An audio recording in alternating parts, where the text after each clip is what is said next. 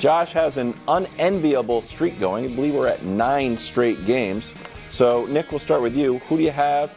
Cowboys-Bills. I think the Cowboys win, and I think this might be just the second time in the last 3 years the Bills get pasted, where the Bills lose by more than one score. It was a pretty remarkable stat we saw during Chiefs-Bills, that the Bills were 22-1 over the last 3 years in non-one-score games. You know what I mean? But the similar spot as the Chiefs, actually, where the Chiefs have only been blown out once in 3 years. The Bills have only, and by blown out, it just means by more than 8 points. Doesn't even mean they got beat by 30. The Bills, they lost 41, I think, 15 to Indianapolis 2.5 years ago or 2 years ago. And other than that, it's either been blowout wins or close losses, or close wins, obviously. But I think this is a terrible matchup for them. I think the Cowboys' offense is rolling. The Bills' defense has been mediocre and is now further injured. Epinesa is a huge loss. Micah Hyde is a significant loss. There might be inclement weather. I don't think that plays to the Bills' advantage. The Bills are not a smash-mouth power running team. They finally found a way to use their running back, but it was on running wheel routes, you know what I mean, as opposed to between the tackles. And I think that, Greg, I think the Cowboys are going to win, and I think sports media still won't be able to quit the Bills. I think the Bills are going to be 7-7 in 11th place, and people are going to be like, but they have the Chargers and the Patriots up next, and then Miami in Week 18, they could still win the division. I think that will be the narrative on Monday, and some folks will probably explain to us how Josh Allen still might be league MVP. But when the actual league MVP goes into his building and beats him by 10. So I like Dallas, and I think Dallas is a better team on a better roll and the healthier team. It's a very easy call for me. I like Dallas as well. I think back to what Dan Quinn was able to do against the Seattle Seahawks, and then obviously, or what they weren't able to do against the Seattle Seahawks with Deron Bland in that matchup. And then you turn around, you have A.J. Brown come into your house, and then you make the change. You get Stephon Gilmore on your number one guy. That has to be the mindset going into this game against Stephon Diggs, a guy who hasn't truly been a huge part of what they're doing offensively. Like, he hasn't had a 100-yard game since week 6. Like, it's been a long drought for Stephon Diggs, one of the longest of his career. Like, when you look at this offense, they've been having success, but you talk about the Chiefs and it looking different. It looks completely different for the Buffalo Bills, and I'm with you. I'm not sold on the Buffalo Bills. Even if they were to get blown out in this game, I think the Dallas Cowboys right now, for me, are the team that is the hottest in the National Football League, playing great on both sides of the football. I don't see how the Bills win this. Sadly, I agree with you guys. Wow. Now, I'm going to be watching this game, pulling for the Buffalo Bills. Not because I dislike Dallas. Oh, sure. I don't dislike Dallas at all. It's because the F game placard's getting dusty and it hasn't been out. It hadn't been out in a while. I'll give you that. Very long time. But I think you guys would agree with me. The AFC playoffs would be much more exciting if Buffalo's in it. Not to me. That's what I'm pulling. Get Gardner in there. That's what I'm pulling for, though. Right? I want to see Buffalo. I want storylines. Right? That's what I want. So I want Buffalo to get in it. I'm hoping. Look, Dallas has not been great on the road. 3-3 this year, 4-4 last year. You look at the other top teams, the San Franciscos, the Philadelphias, the Kansas City. They're good on the road. So that's something odd about the Cowboys for a team that's this good. I'm hoping that strikes again this weekend. But I do think the Cowboys win. I don't think it's a blowout. I think they win by 3 to 5 points.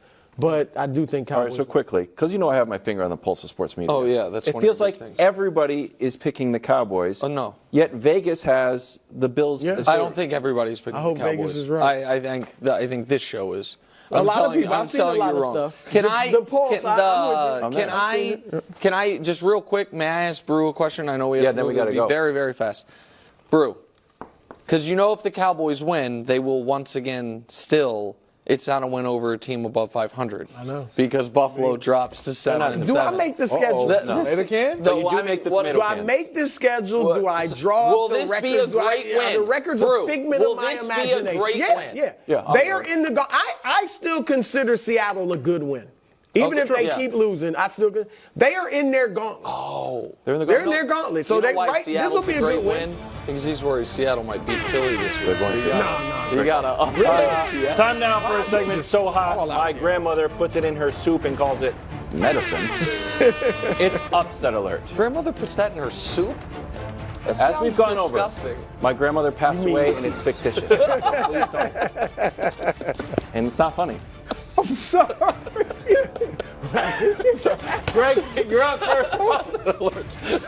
Oh my goodness. Look, who I got. Emotional roller Bear coaster. with us, please.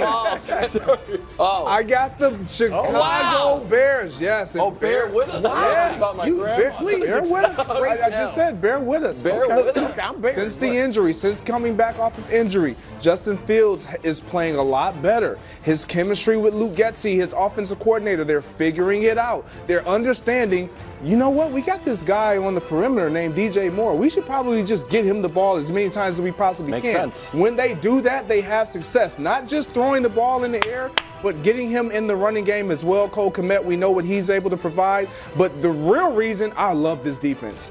This defense, since Montez Sweat, since acquiring him in that trade, he has changed the landscape of what this defense is able to do on the back end. They're very young on the back end, got a lot of talented guys. Brisker, obviously, Johnson at safety and corner, a lot of young guys that can make plays. This team turns you over when they get opportunity. Why is that? Because they get pressure on the opposing quarterback. Joe Flacco hasn't been really under duress. He's going to be under duress this week. And Justin Fields, stay with him. Just you want bear with Caleb. us. No, bear with us. Well, you guys are about to get hot. You guys I know, are about to beat the that's Chiefs. what The Bears are in a very weird spot, Brew. They currently are one game out of the playoffs and drafting sixth. Like, that's the NFC 7-seed situation. It's a sneaky line for the Browns to only be 3-point favorites at home against Chicago. That's an odd line. I think people are expecting Flacco to come back to earth. My upset alert, the Giants over the Saints. Wow. Saints were my pick to win that division. What How's a that working horrible out? division. Yeah. What They're do you still mean? right there in the hunt. What do you mean? They're still What a right. horrible Who do you have winning it then? Yeah. Who do you have You winning don't have it the now? Saints. No one cares. Honestly, the I don't even Falcons. care No at one this cares. point. No, we care because he has some promotion. I'd love to be right with the Saints, but I don't care who wins the NFC Look at the bottom South. line. DeVito because keeps the momentum. That makes no sense. DeVito keeps the momentum. It does make sense. Hubbard loved it. Hubs loved it. All right. All right, Anyway, explain to us, please. No, I think. Look, we know they're hot. They won 3 straight. All right. Everybody's feeling good in the locker room. True. Daboll is a good coach, and he's finally getting to show it again this season. All right. So Greg, I'm sorry. I know you love Daniel Jones. I know you think he's a top 10 quarterback. No, you're not saying this. Don't bring that back up. No, I'm just saying they're rolling under DeVito now. I'm not saying he's the starter going forward, but right now you keep rolling with Tom. I mean, at a certain point, if the guy keeps winning, Greg. I mean, his numbers haven't been tremendous, but he's got the intangibles. I like this pick, bro. Hey, I like there it. you I go. certainly like him plus the points. And listen, the Saints seem, I said it earlier in the week, I will say it again. Those players do not seem to love Derek Carr. There's a lot of yelling going on and a lot of is odd. Wiles, what do you like to say as the leader of the been a show? good You don't guy. point fingers, you point thumbs. Right here. Isn't that what you do? Yeah, I think But Derek you Carr don't kind of do does the opposite. No, he throws us under the He bus says all that. the time. Yeah, but it's what he likes to say, not what he likes to do. All right, now let's have the most embarrassing moment in the history of the show. It's time for the Puxatawny Philip football to make his upset alert pick. Everybody knows I live in a log covered fur. Patriots straight up over Chiefs, no puns. Here's 3 reasons why. Sober, rational reasons. The first one, a lot of times when I make these picks, people say, wow, you're such a genius. I say, I know. It's actually because I just believe in the well-rested team, and a lot of times I just take the team that has more rest. So here's something called Thursday Momentum. The last 5 Thursday night winners have gone on to win the next game, minus the Bears and the Lions, but as mentioned, the Bears. They did cover, however. So the Patriots just beat the Steelers, and we've been locked in, laser focused on the Chiefs. Be honest with yourself. Do you think the Chiefs were laser focused on the Patriots defense, or are they out there doing podcasts about where Kadarius Toney's toes are? You tell me. Next up, we're going to know very early if this game is out of hand or if the Patriots have a chance, probably first quarter. Bailey Zappi all of a sudden can score in the first quarter against the Steelers. Chiefs used to score. Recently, they have not. So if this is going to be, we've got a little bit of a chance here. You can watch the first quarter. It's going to be rainy, and I'll be there. You can see my sons. Finally, even if you don't believe in the Patriots outright winning. No, but hold on. Don't you dare walk it back. I do. I 100% do. I'm just saying it will definitely be close. It's a 7.5 point spread. Is it 7.5 or 8? It's 8.5. I thought I moved the line. It'll be 7.5 by the time this segment is over. Moving lines. But every 7-point underdog since week 13 has covered again. Commanders and Sam Howell is a little bit rough. Wow. And the 2 outright wins. So there you go. Too bad they're 8. There are 3 sober reasons. Hey guys, well, 7+. Listen. I'm going to be a bad teammate here, but I'm going to say what the audience is thinking. Were you guys as underwhelmed by that tepid endorsement of the Patriots? No, because earlier I was fired up and you started to get real life mad at me. So I dialed it back. I didn't get real life mad at you. You got real life I'm actually thrilled all of this was he is not happening. real life mad? He wasn't going to coffee for the first time in months. Kevin after the segment, he was real life mad. Kevin Wiles is going to be soaked in rain with his children, miserable watching the Chiefs blow him out. Time now for Nick's picks. My God. Nick's picks, rough week, guys. As C.J. Stroud gets knocked out of the game, that's unfair. The refs steal the game for Kansas City, that's unfair. So instead of 3-0, it's 1-2. We're 5 games under 500. We really need to rally.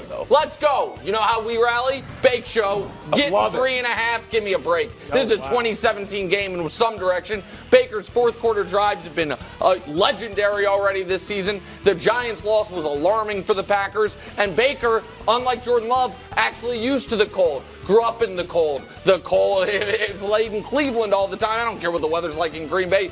20-17 Bake Show. Next. Dallas getting okay, so I get the better team, the hotter team with the better quarterback, the healthier team, and I get them getting points. Yes, please, they're going to win outright. Buffalo, 2-7 against the spread since week 4. You know why? Because Vegas and the betting public loves them, even though they keep costing you money. Furthermore, I might do a reverse tease. I might take Dallas -6.5. That's a plus 280, certainly a plus 1.5. 31-21 Cowboys. Last, the Prince. Getting 3.5 at home. Jags 10-2 against the spread against teams above 500 since Doug Peterson and Trevor Lawrence came together. Covering machines 18-12. You know why? Because folks like you refuse to believe in them because you didn't like Mark Brunell and Fred Taylor. Baltimore loves letting teams back in. There's a great backdoor cover spot, but they won't need it. Jags 28-27, just like they did last year. There's the pick this week. That's 3-0 as we climb back towards 500. 2-1, but I think it's either it's 3-0. Solid. 3-0. You're going to be soaked in rain and your children's tears when the Chiefs are rolling. Thanks for watching. Subscribe here to get more from the show and to check out clips from other shows on FS1.